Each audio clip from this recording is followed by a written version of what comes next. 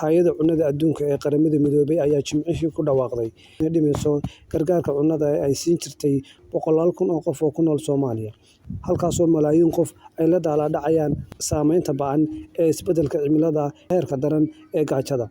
WFP waxay sheegtay in tirada dadka dalka ka hela gargaarka degdegga ah ee cunnada ay hoos u dhici doonto 1.1 milyan oo qof bisha Agoosto.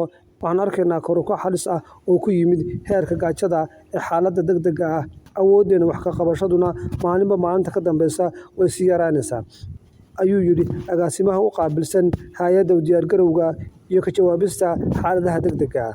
Haddii aan la helin dhaqaale degdeg ah, qoysaska markii horeba xaaladoodu liidatay waxay noqon doonaan kuwo aan waxba haysan xilli ay baahidii ugu weynayd u qabaan in loo gargaaro.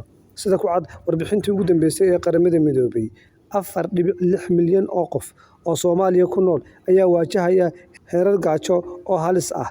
Soomaaliya kaligeed lama daalaa dhacayso saamaynta ba'an ee isbeddelka cimilada, oo ay ku jiraan abaaraha iyo fatahaadaha, balse sidoo kale waxay wajahaysaa colaado iyo amni darro. Soomaaliya oo 10 sano ku jirtay khalkhal dhanka amniga ah. Dhimista gargaarka dibadda ee Mareykanku waxay uga sii dartay xaaladda, kuwaas oo markii horeba la daalaa dhacayay sidii ay ku dabooli lahaayeen baahida tirada badan ee sii kordhaysa ee dalalka nugul.